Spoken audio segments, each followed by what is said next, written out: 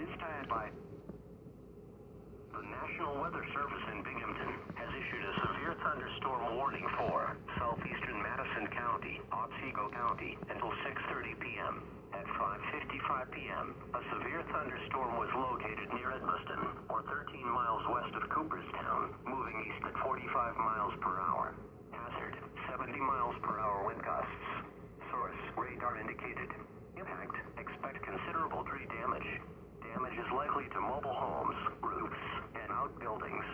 This severe thunderstorm will be near Hardwick and Exeter Central around 6:05 p.m., Hyde Park around 6:10 p.m., Cooperstown and Bowerstown around 6:15 p.m., Middlefield around 6:20 p.m., Springfield around 6:25 p.m., Cherry Valley around 6:30 p.m.